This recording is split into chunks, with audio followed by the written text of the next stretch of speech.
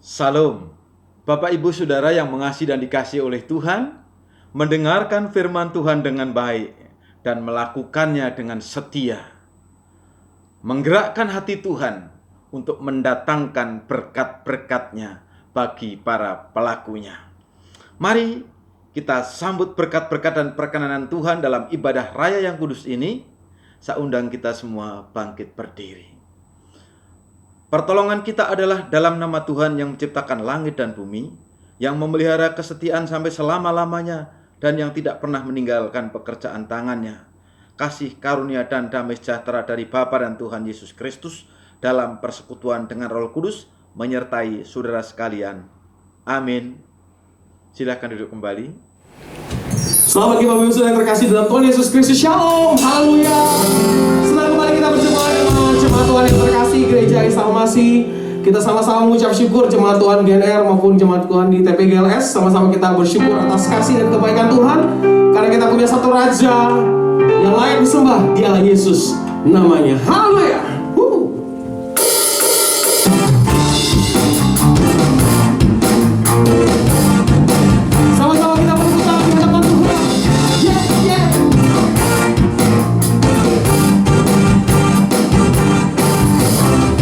Bersyukurlah kepada-Nya, bawalah pujian baginya, karena Dia Raja-Mu yang perkasa.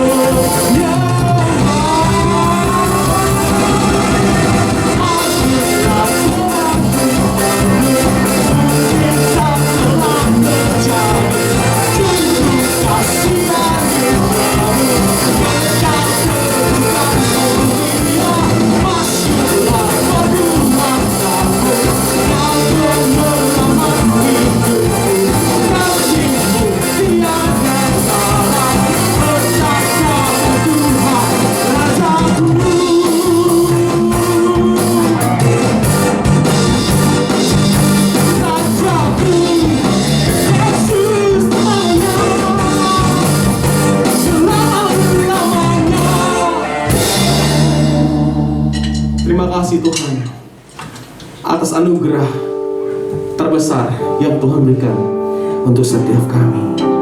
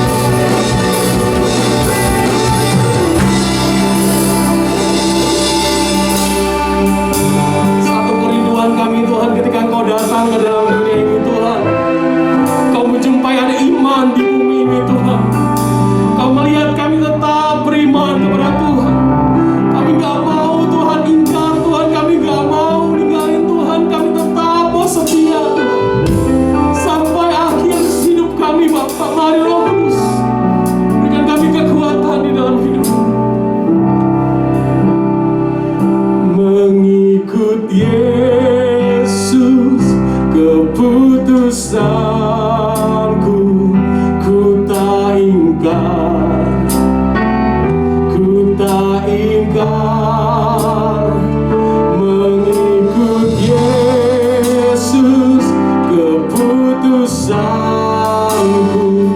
ku tak ingkar, ku tak ingkar. Sama-sama jemaat Tuhan, katakan mengikut Yesus, keputusanku ku tak ingkar. No turning back, ku tak ingkar.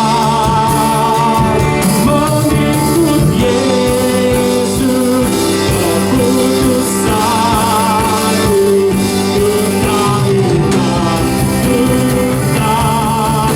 Salib di depan, salib di depan, duniaku tinggal, ku tak ingkar, ku tak ingkar. Salib di depan, salib di depan, duniaku tinggal, ku tak ingkar, ku tak. Mengikut Yesus, mengikut Yesus, keputusanku ku tak ingkar, ku tak ingkar.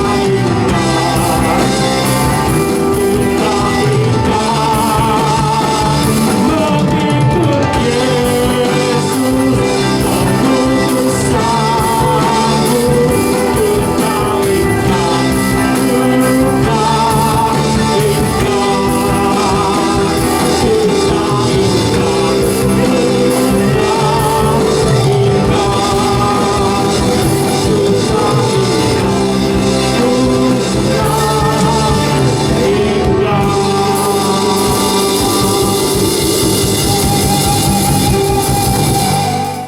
Shalom, jemaat Tuhan. Mari sebelum kita mendengar firman Tuhan, kita bersatu dalam doa. Mari kita berdoa. Bapa, kami mengucap syukur buat hari yang baru, hari yang diberkati oleh Tuhan, hari yang dikuduskan oleh umat-Mu untuk menyatakan bakti kepadamu Tuhan melalui ibadah minggu pagi ini. Engkau hadir dan melawat umat-Mu dalam firman dan roh sebentar hamba-Mu menyampaikannya. Urapi hamba-Mu jadi saluran berkat yang baik. Roh Kudus bekerja di antara kami. Menolong kami memahami setiap kebenaran firman ini, supaya benih firman-Mu seperti benih yang subur yang ada di hati kami bertumbuh dalam pohon iman berbuah bagi kemuliaan nama-Mu. Kami siap mendengar firman-Mu Tuhan. Berfirman dalam nama Tuhan Yesus Kristus. Amin. Bapak Ibu jemaat Tuhan, firman Tuhan pada minggu ini temanya adalah kemuliaan Tuhan di Rimon Peros. Untuk itu mari kita baca ayat mas kita Bilangan 14 ayat 39 sampai 45. Saya akan bacakan buat Bapak Ibu, saudara sekalian. Demikian firman Tuhan. Setelah Musa menyampaikan perkataan ini kepada semua orang Israel, maka berkabunglah bangsa itu dengan sangat. Dan keesokan harinya bangunlah mereka pagi-pagi hendak naik ke puncak gunung sambil berkata, sekarang kita hendak maju ke negeri yang difirmankan Tuhan itu. Memang kita telah berbuat dosa. Tetapi kata Musa, mengapa kamu hendak melanggar titah Tuhan? Hal itu tidak akan berhasil. Janganlah maju sebab Tuhan tidak ada di tengah-tengahmu, supaya jangan kamu dikalahkan oleh musuhmu. Sebab orang Amalek dan orang Kanaan ada di sana di depanmu, dan kamu akan tewas oleh pedang. Dari sebab kamu berbalik membelakangi Tuhan, maka Tuhan tidak akan menyertai kamu. Meskipun demikian, mereka nekat naik ke puncak gunung itu. Tetapi tabut perjanjian Tuhan dan Musa juga tidaklah meninggalkan tempat perkemahan. Lalu turunlah orang Amalek dan orang Kanaan yang mendiami pegunungan itu dan menyerang mereka. Kemudian orang-orang itu mencerai mereka sampai ke Horma. Bilangan 33 ayat 19 mengatakan mereka berangkat dari Ritma lalu berkemah di Rimon Peros. Ini kejadian yang baru saja saya baca tadi, bicara tentang peristiwa terjadi di Rimon Peros. Rimon Peros adalah tempat perhentian yang ke-15, perkemahan ke-15 dari rangkaian perkemahan perjalanan umat Allah bangsa Israel dari Mesir menuju tanah perjanjian. Kemuliaan Tuhan di Rimon Peros. Nama Rimon Peros terdiri dari dua kata. Kata Rimon yang artinya delima dan Peres atau Peros yang artinya pecah, terbelah, bertabrakan. Jadi Rimon Peros artinya adalah buah delima yang pecah, terbelah, bertabrakan. Karena bertabrakan. Bapak Ibu, jemaat Tuhan, delima yang sudah matang warnanya merah, ya, bentuknya bulat dan dalamnya penuh dengan biji yang berkilo-kilo seperti mutiara, ya, bukan mutiara, diamond, ya, berlian. Oleh karena penampilannya yang demikian indah, kerap kali delima dipakai untuk menyimbolkan panen raya, panen yang berhasil dari umat Allah. Delima juga digunakan sebagai ornamen dalam ujung gamis jubah imam besar dan juga diukir di ujung-ujung tiang bait suci. Mungkin juga dapat diduga Tuhan menginginkan umat Allah, umat Israel taat pada pimpinan Tuhan ketika mereka dalam perjalanan masuk tanah Kanaan dan menghasilkan buah yang melimpah yang dilambangkan oleh delima itu. Akan tetapi dari kisah yang kita baca tadi, umat Allah justru membantah perintah Tuhan yang melarang mereka maju berperang. Mereka melakukan dosa kebodohan dengan ngotot mau maju berperang melawan penduduk Kanaan, semau-mau mereka tanpa pimpinan Tuhan. Sehingga pada akhirnya umat Israel dikalahkan dengan memalukan. Dan pada saat itu Tuhan tidak mau mendengar tangis mereka. Kemuliaan Tuhan di Rimon Peros. Kemuliaan apa? Tuhan menyatakan kemuliaannya melalui pengajaran, mengajar umatnya bahwa tanpa Tuhan umatnya tidak akan berhasil. Pagi hari ini kita belajar hal-hal yang membuat umat Tuhan tidak berhasil karena melawan Tuhan, karena mereka bertabrakan dengan kehendak Tuhan. Yang pertama, apa yang terjadi sehingga mereka dipandang melawan Tuhan dan bertabrakan dengan kehendak Tuhan? Yang pertama, mereka melanggar titah Tuhan. Di ayat 41 tadi dikisahkan, di situ mereka, umat Israel itu berkabung dengan sangat pilu setelah mereka menerima hukuman umat untuk mengembara 40 tahun di padang gurun. Mengapa Tuhan memberi hukuman mengembara 40 tahun di padang gurun? Padahal kalau dilihat jarak untuk mencapai tanah Kanaan itu kurang lebih tinggal 40 hari saja, tapi Tuhan menghukum mereka mutar lagi di padang gurun 40 tahun. Ini berhubungan dengan peristiwa sebelumnya. Saat Musa mengirim 12 pengintai, 10 pengintai memberi kabar yang busuk, sehingga membuat iman umat Tuhan menciut, sehingga mereka tidak mempercayai firman Tuhan. Mereka berkata, penduduk Kanaan seperti raksasa-raksasa, kita bagaikan belalang yang akan dimakan. Ini perkataan-perkataan yang tidak menguatkan iman, tapi menghancurkan. Tuhan marah, Tuhan menghukum mereka 40 tahun. 40 hari mereka mengintai, 1 hari dihitung 1 tahun. 40 tahun disuruh mengembara.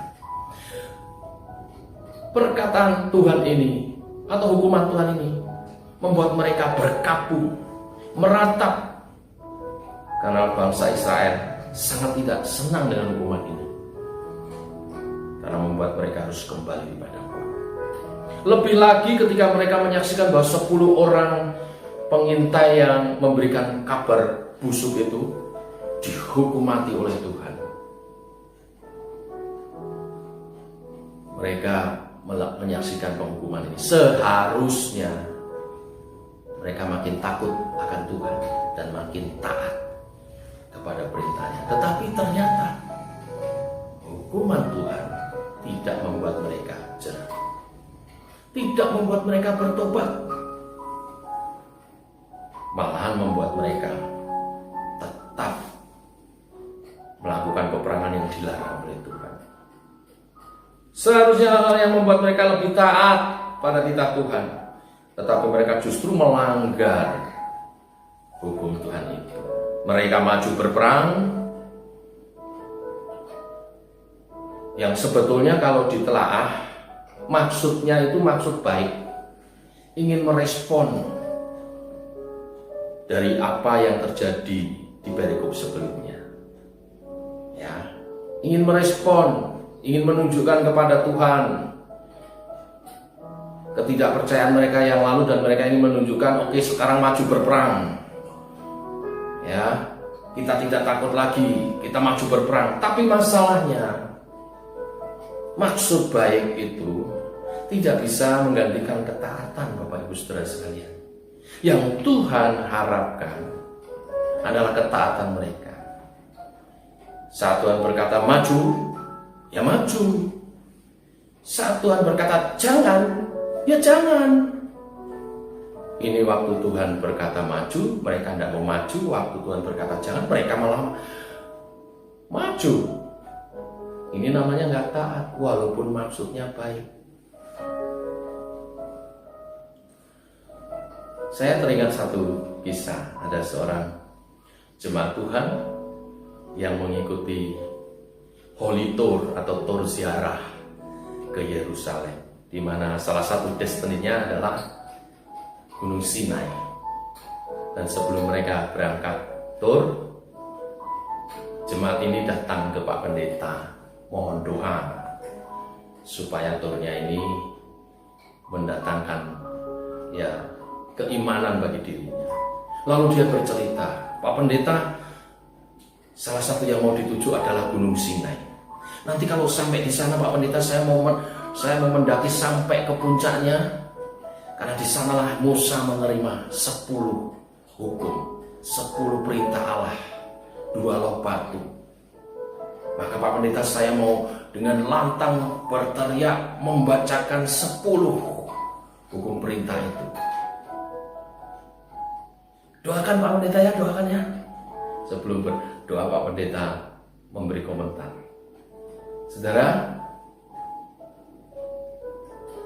tidak masalah ribuan kilo saudara tempuh untuk supaya dapat dapat membacakan 10 perintah itu di atas gunung. Tetapi bagi Tuhan,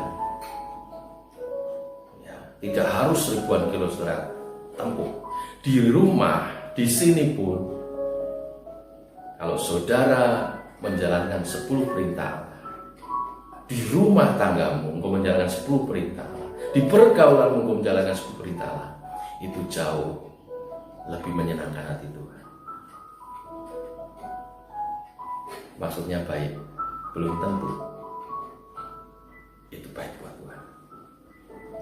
Ketaatan lebih perlu di hadapan Tuhan. Ini yang pertama. Yang kedua, Bapak Ibu Saudara sekalian, apa yang kita pelajari yang membuat bangsa Israel dinilai melanggar oleh Tuhan dan kemudian Tuhan tidak menyertai? Karena mereka tidak peka akan isi hati Tuhan. Umat Allah, umat Israel, mereka tidak peka akan isi hati Tuhan. Di ayat 42 dikatakan, ya, Musa berkata, janganlah maju Sebab Tuhan tidak ada di tengah-tengahmu, supaya kamu jangan dikalahkan oleh musuhmu. Bapak Ibu Saudara, mengapa Musa melarang Israel maju berperang? Karena Musa tahu Tuhan tidak ada di tengah-tengah mereka. Musa peka terhadap hati Tuhan, tetapi sayang umatnya tidak. Musa tahu Tuhan sedang kecewa terhadap kedegilan hati umat Tuhan. Saat-saat seperti itu, mestinya umat Tuhan itu berkabung, meratapi dosa-dosanya, bukan malah maju berperang. Sebagai umat Tuhan, kita mesti belajar mengerti hatinya Tuhan. Maksudnya, kita mengerti apa yang menjadi kesenangannya, apa yang menjadi kesenangan hati Tuhan, apa yang menyukakan hatinya. Sebaliknya, kita juga mengerti, memahami apa yang mendukakan hatinya, apa yang membuat dia kecewa. Musa memahami itu karena kedekatannya dengan Tuhan. Tuhan berkata, ya, muka dengan muka aku berbicara dengan Musa. Saat Tuhan menegur Miriam dan Harun karena mengatai Musa, Tuhan berkata, mengapa kamu berani mengatai hambaku? Muka dengan muka aku berbicara dengan dia. Oleh sebab itu Musa peka isi hati Tuhan. Kenapa? Karena kedekatannya. Bagaimana kita memiliki kedekatan? Kalau kita ingin memiliki kedekatan dengan Tuhan, ya tingkatkan persekutuan kita. Waktu-waktu kita berdua dengan Tuhan, bangun keintiman dengan Tuhan dalam persekutuan pribadimu dengan Tuhan. Nah, bagaimana mau dekat dengan Tuhan? Ibadah jarang, berdoa tidak pernah, tidak punya waktu khusus untuk Tuhan. Kalau kita ingin punya kedekatan dengan Tuhan, sampai kita mengerti isi hatinya, kita mesti banyak waktu meningkatkan diri dalam persekutuan dengan Tuhan. Berusaha menyelami, memahami isi hati Tuhan. Bapak Ibu, di Myanmar, di Singapura juga ada satu semacam etika moral begitu ya, bahwa tidak baik kalau kita memberikan sesuatu kepada orang yang lebih tua dengan satu tangan. Jadi kalau memberikan sesuatu kepada seseorang yang lebih tua, kita mesti memberinya dengan dua tangan. Bahkan memberi kartu nama pun harus kasihkan dua tangan. Sebab kalau hanya mengasihi dengan satu tangan, itu dipandang tidak hormat, tidak tahu etika. Dan kerap kali ya, pertemuan-pertemuan bisnis batal memberikan proyek karena apa? Melihat etikanya enggak bagus, hanya karena memberikan kartu nama dengan satu tangan. Itu pengetahuan tentang etika moral. Nah, kalau kita mau berbisnis di Myanmar atau mau berbisnis di Singapura, kita mesti pelajari etika-etika itu. Apa yang dinilai baik oleh penduduk Myanmar atau oleh penduduk Singapura, dan apa yang dinilai tidak sopan, kita menjaganya supaya kita mendapat respect. Dalam Tuhan juga demikian. Kita mesti terus tingkatkan persekutuan kita dengan Tuhan. Berusaha memahami kebenaran firman-Nya supaya kita memahami apa yang menyenangkan hati Tuhan dan apa yang menyedihkannya. Sikap apa yang harus kita ambil ketika Tuhan disenangkan? Sikap apa yang harus kita ambil saat Tuhan berduka karena perbuatan kita? Maka, ini yang kedua. Yang ketiga, apa yang membuat mereka dianggap menentang Tuhan dan Tuhan tidak menyertai mereka, dan itu bertabrakan dengan kehendak Tuhan, yaitu mereka nekat, saudara. Di ayat 44 dikatakan dengan kata ini, mereka nekat maju berperang padahal Tuhan tidak menyertai mereka. Nah, saya selidiki kata nekat ini, nekat dalam arti negatif. Apa itu nekat dalam arti negatif? Ya, definisinya itu terlalu berani dengan tidak berpikir panjang, mengambil tindakan terlalu berani dengan tidak memikirkan lebih dahulu, tidak menghiraukan hukum. Ada tambahannya sembrono, ada tambahannya gegabah. Orang Semarang bilang ngeyel, saudara. Ya, nah nekat ini bukan tindakan iman. Nekat berbeda dengan beriman. Nekat tanpa nilai-nilai kebenaran firman.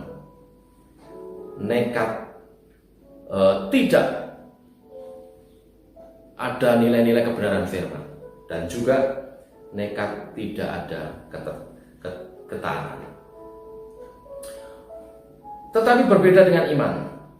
Ya, kalau nekat tadi saya perbedakan ya. Kalau nekat itu tanpa nilai-nilai kebenaran firman. Ya, tapi beriman itu ada pemahaman nilai-nilai kebenaran firman. Plus ada nilai ketaatan di sana. Saya kasih contoh biar lebih gampang, biar lebih jelas. Contohnya, saat Abraham meninggalkan Ur Kasdim menuju tanah perjanjian yang Tuhan tunjukkan. Itu nekat atau beriman? Itu bukan nekat, saudara. Itu iman. Kenapa? Karena Abraham pergi meninggalkan Ur Kasdim menuju tanah perjanjian itu karena dia mendengar firman Tuhan. Dia mengetahui, dia menerima firman Tuhan. Lalu dalam ketaatannya dia melangkah. Itu iman. Contoh yang lain lagi. Ketika Daud menghadapi Goliat, itu nekat atau iman? Itu bukan nekat, saudara. Itu iman. Kenapa? Karena Daud mengerti kebenaran firman Tuhan.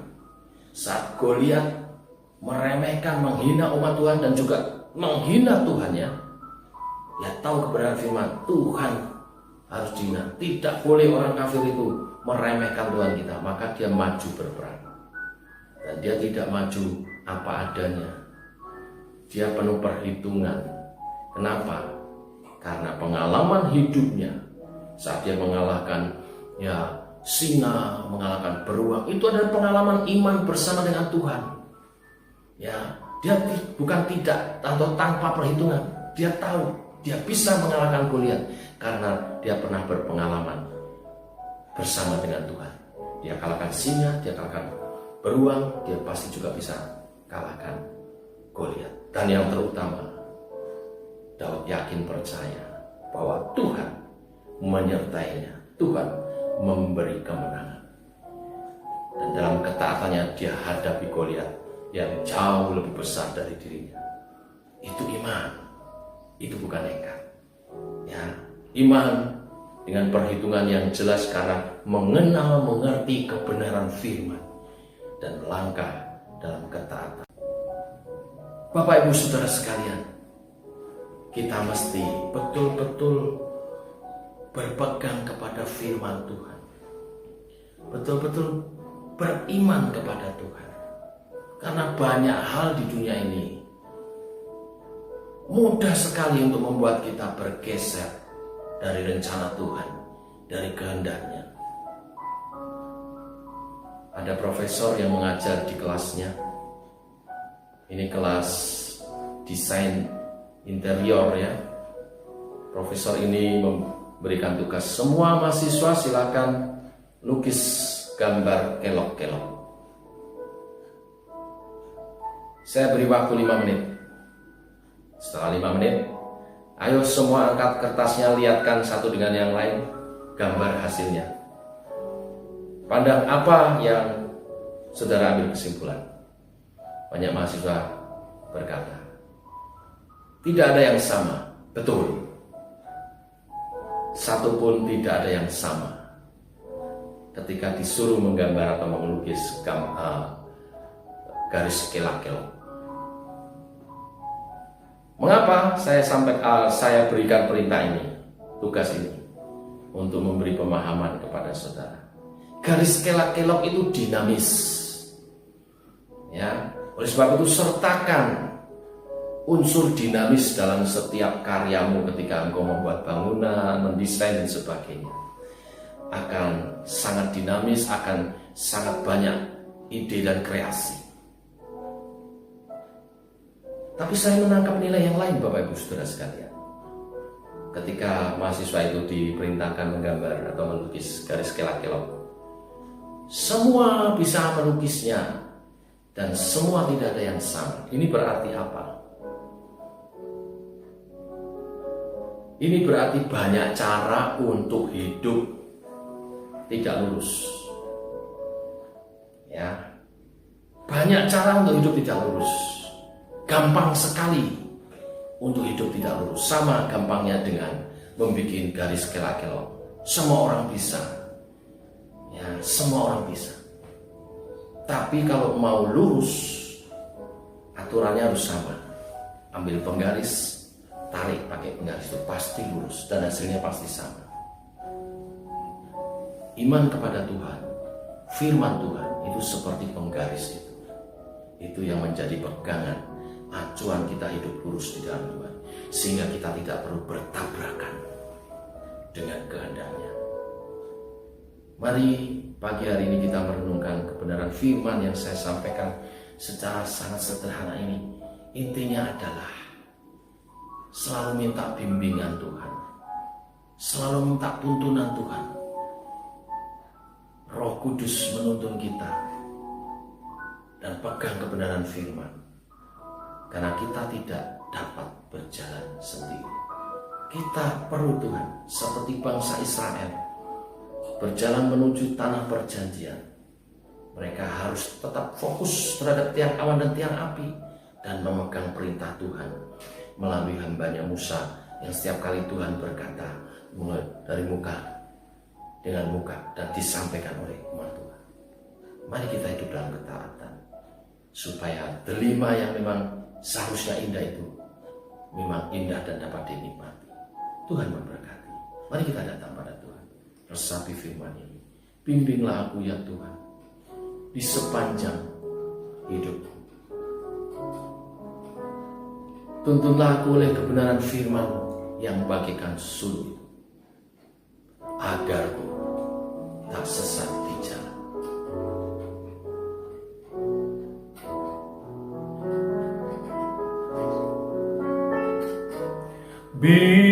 Bimbinglah aku ya Tuhan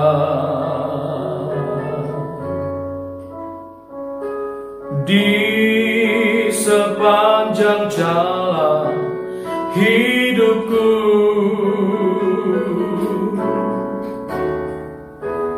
Firman-Mu bagaikan sulur, agar ku tak sesat di jalan. Katakan sekali lagi dengan kerendahan hati, bimbinglah aku ya Tuhan. Bimbinglah aku ya Tuhan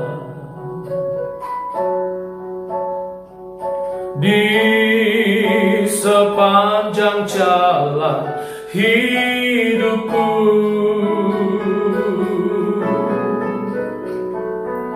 Firman-Mu bagaikan sulur, agar ku tak sesat di jalan. Dengan Yesus di sisiku, dengan Yesus memimpinku, dengan Yesus menopangku, ku tak jatuh. Dengan Yesus di sisiku, dengan Yesus memimpinku, dengan Yesus menopangku, ku tak jatuh. Sekali lagi katakan, bimbinglah aku ya Tuhan. Bimbinglah aku ya Tuhan di dan jalan hidupku.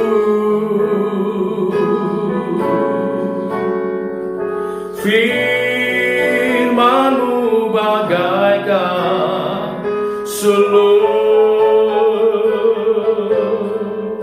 agar ku tak sesat di jalan. Dengan Yesus di sisiku, dengan Yesus memimpinku, dengan Yesus menopangku, ku tak jatuh. Dengan Yesus di sisiku, dengan Yesus menopangku, dengan Yesus menopangku, ku tak jatuh. Mari taruh tangan kiri di dadamu, angkat tangan kanan, dengan lembut nyanyikan pujian ini.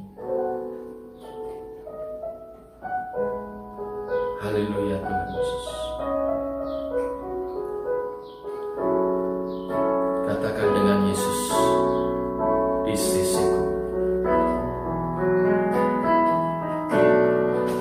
dengan Yesus di sisiku, dengan Yesus memimpinku, dengan Yesus menopangku, ku tak jatuh.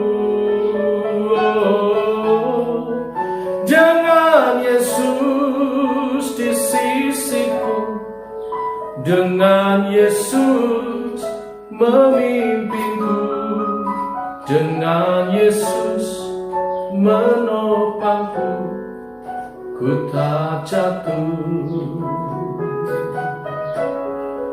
Dengan Yesus menopangku, ku tak jatuh. Dengan Yesus menopangku,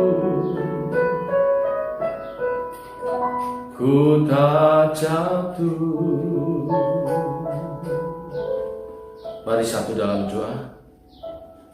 Tuhan, terima kasih Engkau tidak pernah meninggalkan kami. Yesus, Engkau Allah Immanuel, selalu ada di sisi kami. Pimpinlah kami Tuhan, berjalan di dalam terang dan kehendak-Mu. Topanglah kami karena kami tidak mampu berjalan sendiri. Kami mau kami hidup seturut kebenaran firman-Mu, sehingga tidak perlu ada yang bertabrakan dengan kehendak Tuhan dan hidupnya hancur.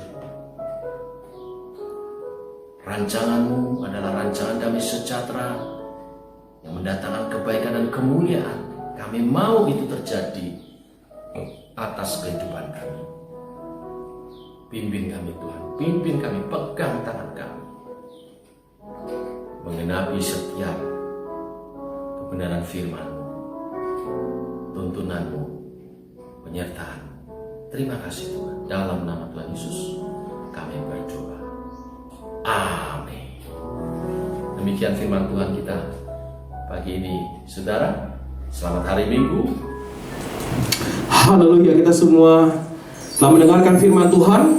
Dan sebelum kita menutup ibadah kita, ada beberapa pengumuman yang ingin saya sampaikan. Bapak Ibu Saudara yang rindu memberikan persembahan, perpuluhan maupun ucapan syukur bisa melakukan via transfer kepada rekening di GIA GNR maupun GIA TPI GLS di nomor rekening yang ada di layar Bapak Ibu Saudara. Dan kami kembali menghimbau saudara untuk sama-sama mengikuti doa malam setiap hari pada jam 8 malam. Saudara bisa melihat informasi ataupun link yang akan dibagikan di grup WA gereja. Dan juga kompi tiap hari Kamis malam bersama dengan doa malam. Dan juga lalu untuk setiap Kamis minggu keempat, saudara mohon tidak lupa dan mencatatnya baik-baik jam 8 malam. Mari kita bergabung di ibadah Simple Discipleship. Dan esok hari ini dan hari Sabtu ada doa pagi setiap jam 6 pagi. Dan sama-sama kita, mari satukan hati kita. Kita mau berdoa, kita mau jadi tiang doa, dan kita mau serahkan segala sesuatu kepada Tuhan. Kita mau buka hati kita sebentar untuk diberkati lewat doa berkat yang akan dipimpin oleh Bapak Gembala. Bapak Ibu Saudara yang dikasihi Tuhan, dari firman yang kita terima pada hari ini, semoga Allah damai sejahtera menguduskan kamu seluruhnya, dan semoga roh, jiwa, dan tubuhmu terpelihara sempurna dengan tak bercacat pada kedatangan Yesus Kristus Tuhan kita. Ia yang memanggil kamu adalah setia, ia juga akan menggenapinya. Mari kita mengucap syukur atas penyertaan Tuhan. Bapa di surga, kami bersyukur hari ini Tuhan menggenapi firman-Mu, karena kami bersekutu dalam nama Yesus, dan Engkau hadir. Kehadiran Tuhan senantiasa membawa perubahan yang baik, lebih baik, dan paling baik di dalam kehidupan kami. Dan biarlah sebagaimana kehendak Tuhan, agar kami menjadi orang-orang, umat Tuhan yang diberkati. Dan Tuhan kiranya memberkati keluarga setiap sidang jemaat Tuhan. Tuhan memberkati pekerjaan mereka. Tuhan memberkati pendidikan anak-anak mereka. Tuhan memberkati kesehatan mereka. Tuhan memberkati persekutuan dan persaudaraan mereka. Tuhan memberkati kerohanian mereka. Mari Bapak Ibu Saudara kasih Tuhan, kita buka hati kita angkat tangan kita menerima berkat yang dari Bapa di surga. Tuhan memberkatimu dan Tuhan melindungimu. Tuhan menyinarimu dengan wajah-Nya, dan Tuhan memberikanmu kasih karunia. Tuhan menghadapkan wajah-Nya kepadamu, dan Tuhan memberikanmu damai sejahtera. Terimalah berkat besar ini dengan penuh ucapan syukur dan rasa hormat, dalam nama Bapa, Putra, dan Roh Kudus, nama di atas segala nama, dalam nama Tuhan Yesus Kristus, Gembala yang agung. Amin.